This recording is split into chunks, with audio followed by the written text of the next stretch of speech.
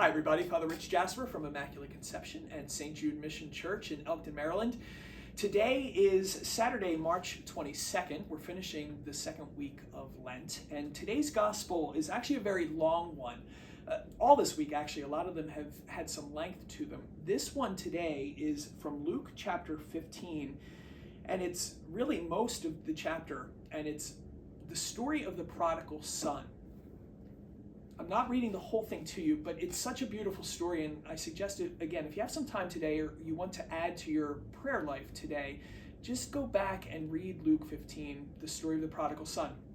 Most of us know at least the beginning part, the young son who squandered all of his inheritance and lived a life of dissipation and eventually had this slammed by grace moment and came back to the Father, where the Father embraced him and said to him, "Son, you are always with me and I welcome you back."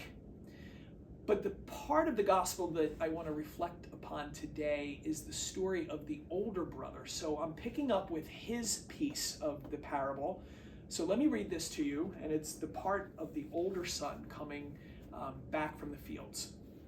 Luke writes, "Now the older son had been out in the field, and on his way back, as he neared the house, he heard the sound of music and dancing. He called one of the servants and asked what this might mean.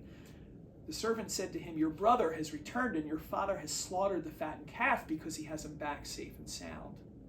He became angry, and when he refused to enter the house, the father came out and pleaded with him. He said to his father in reply, 'Look, all these years I served you, and not once did I disobey your orders. Yet you never even gave me a young goat to feast on with my friends. But when your son returns, who swallowed up your property with prostitutes, for him you slaughtered the fattened calf.' He said to him, 'My son, you are here with me always. Everything I have is yours. But now we must celebrate and rejoice because your brother was dead and has come to life again.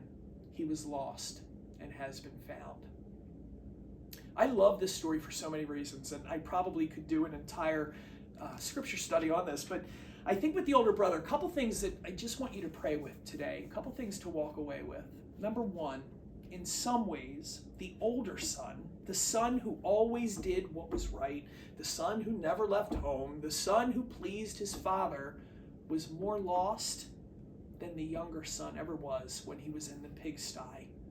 That older brother, that older son, carried around in his heart, when you think about it, a life of resentment.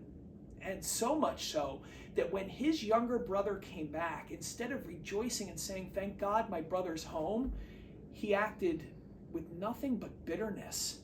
And to the point that he said to his dad, like, "Dad, I have never, ever disobeyed you, and you've never done anything for me." And how that must have broken the father's heart, because the father loved the older son as much as he loved the younger. And I love the father's response, "Son, everything I have is yours. I've always loved you. I've always been here for you.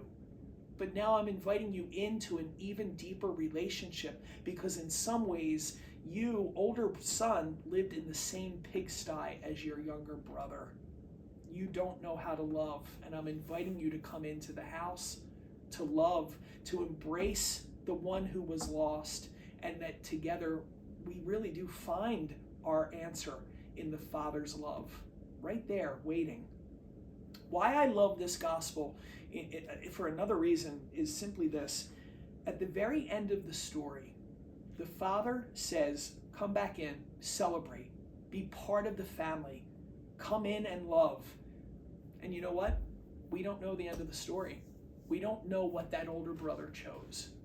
And I think there's a reason for it.